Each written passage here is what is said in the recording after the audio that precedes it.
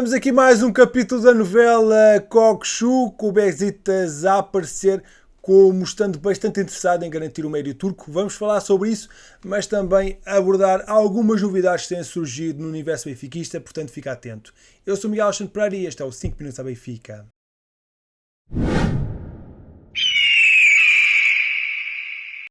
E lá vamos nós outra vez falar sobre Kokushu. Um dia antes do regresso aos treinos do Benfica no Seixal, temos aqui mais um capítulo da novela do médio turco.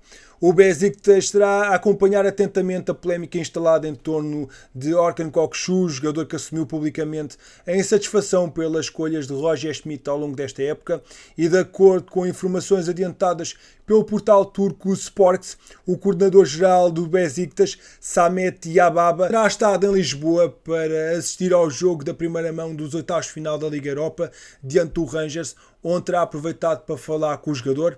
Hasan Arat, presidente do Beşiktaş, terá mesmo apontado Kokushu como grande alvo para reforçar a equipa em 24-25.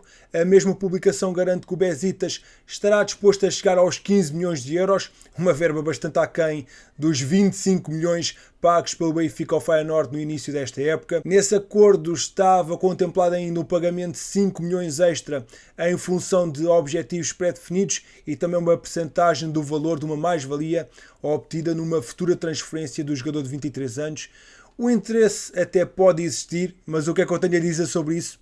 Parece-me um rumor sem fundamento e apenas serve para meter mais achas na fogueira. Os valores da transferência não fazem sentido, a existência de uma reunião entre jogador e diretor desportivo também me parece ter pouca lógica. Além disso, também não me parece que Kokushu esteja disposto a ir para a Liga Turca.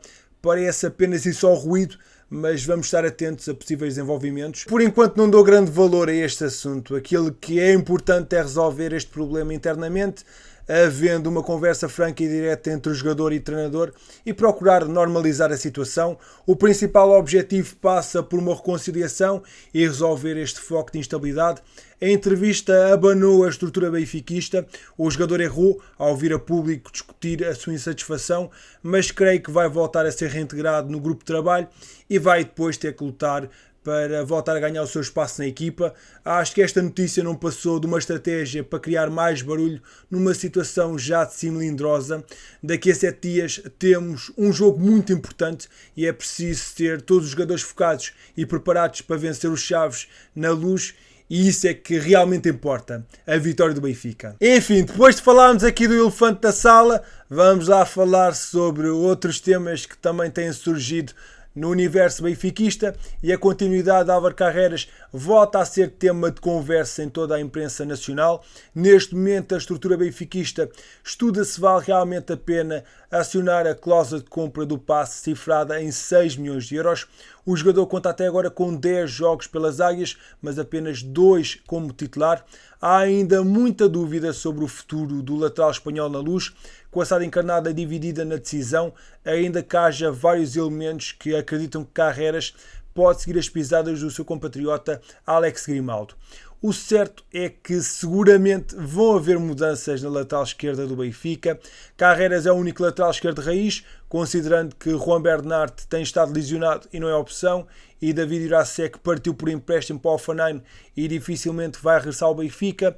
As Águias vão ao mercado reforçar-se com pelo menos um lateral com mais traquejo e experiência e podem deixar o espanhol como alternativa ao eventual reforço que possa chegar no verão. A decisão ainda não é final e vai estar dependente destes últimos jogos desta época. O alegado interesse do Benfica em Albion Rahmani volta a merecer grande destaque na Roménia. É que, de acordo com o IM-Sport, o Clube da Luz e o Aston Villa estão muito interessados no jogador que pertence aos quadros do Rapid Bucareste. De acordo com esta publicação, os dois emblemas estão dispostos a desembolsar 8 milhões de euros para consumar um negócio, embora seja referido que os ingleses estão dispostos a aumentar a parada para os 11 milhões. A saída no verão parece bastante provável. Seja como for, é salientado que a decisão final cabe a Albion Rahmani, avançado internacional pelo Kosovo. O jogador de 23 anos está a fazer uma grande temporada de estreia na Roménia, conta com 16 golos no Rapid Bucareste, onde soma 14 golos e 3 assistências. O jogador está com grandes números e ainda é bastante jovem, tem algum potencial, mas como eu disse quando apareceram estes primeiros rumores, há posições bem mais importantes para o Benfica reforçar do que a posição de ponta de lança. É fundamental contratar alguém para a lateral. O Benfica tem apostado muito no mercado argentino e a imprensa deste país continua a colocar vários jogadores na órbita das águias. Desta vez é Aaron Anselmino, central do Boca Juniors, que é apontado ao Benfica, de acordo então com a imprensa argentina. O jovem defesa de 18 anos, que subiu recentemente à equipa principal do Boca, é um jogador visto como tendo um grande potencial, com uma boa capacidade técnica e tática bastante assinalável para a sua idade, com muita maturidade. O jovem jogador também pode jogar a lateral esquerdo e com contrato até 2028. Este jovem central foi chamado o ano passado à equipa principal do Boca e soma até agora 6 jogos. Segundo a imprensa argentina, o Benfica quer antecipar-se e garantir o jogador cedo para não ter tanta concorrência e não ter de fazer um investimento tão elevado, até porque já começa a surgir o Manchester United bastante atento a este jogador também. Podendo fazer duas posições em campo, a versatilidade pode ser muito bem-vinda, mas esta contratação teria de ser necessariamente a pensar no futuro, com o jogador a passar uma boa temporada na equipa B para crescer e adaptar-se ao futebol europeu.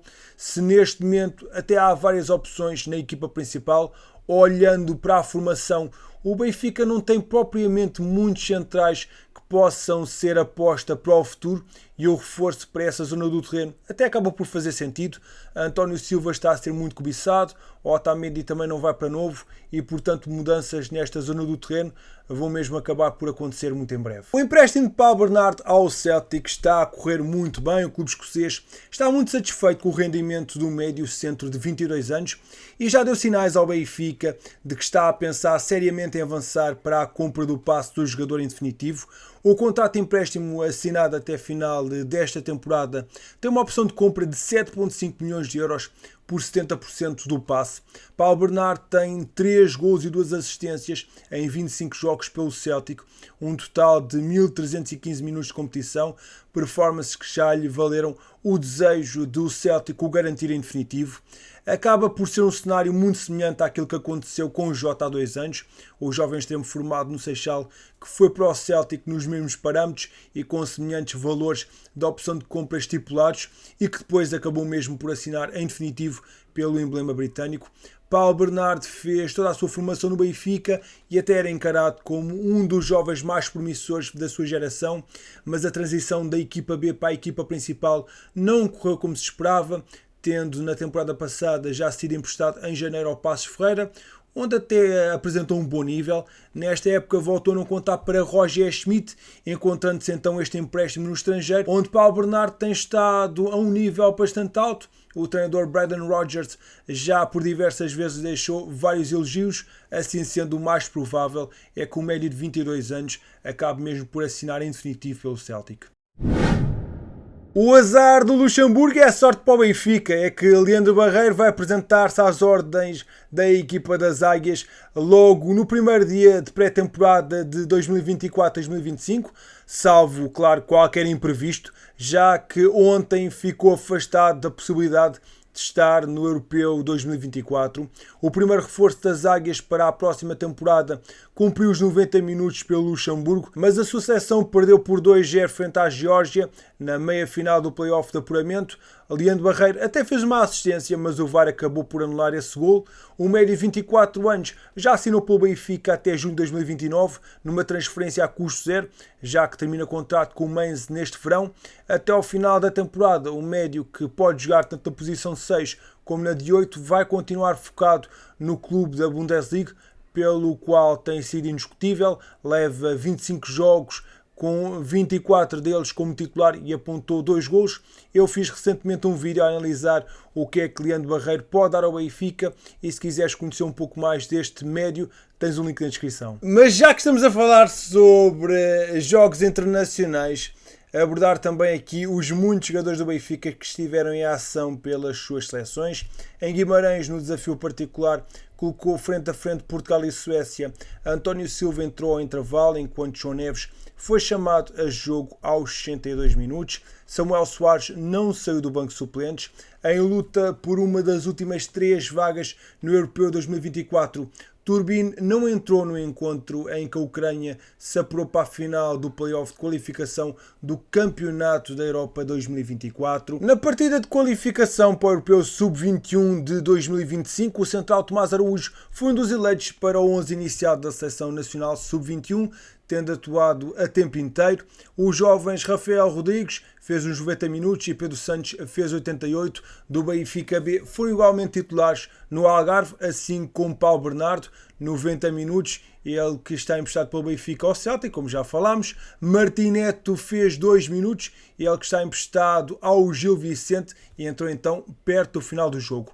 Em Espanha, o defesa esquerdo Álvaro Carreras foi titular no particular do Sub-21 disputado contra a Eslováquia, saindo ao intervalo. Já André Sheldrup, extremo do Benfica, emprestado ao Nordsjælland, esteve em destaque ao serviço do Sub-21 da Noruega, depois de marcar o gol da vitória frente à Holanda. Na Reboleira, André Gomes alinhou como titular pelos Sub-20 nacionais, no encontro de caráter particular frente à República Checa. Quem também fez parte das escolhas iniciais foram Nuno Félix, Hugo Félix e Diogo Prioste, sendo que o último só esteve em campo até os 82 minutos, os restantes tiveram os 90 minutos. Eles que representam o Benfica B. O José Melro, dos Sub-23 encarnados, entrou aos 65 minutos. Amigo, muito obrigado por teres ficado até ao fim do vídeo. Não te esqueças de deixar na caixa de comentários a tua opinião e perspectiva sobre os temas que temos vindo a falar. Primeiro que tudo, o que é que tu achas aqui sobre Orkun Kökçü? Achas que o Benfica deve segurar o jogador ou deve procurar vendê-lo no final da época? E Álvaro Carreras, faz sentido continuarmos com o jogador e contratá-lo em definitivo? E por outro lado, achas que faz sentido a venda de Paulo Bernardo ou temos que fazer aqui um esforço para tentar trazê-lo de volta? Estou muito curioso para saber a tua opinião. Caso não tenhas feito, aproveita e subscreve o canal e deixa um gosto neste vídeo e coloca na caixa de comentários #novidades do Benfica. Eu sou Miguel Alexandre Pereira e estes foram os 5 minutos a Benfica. Saudações benfiquistas.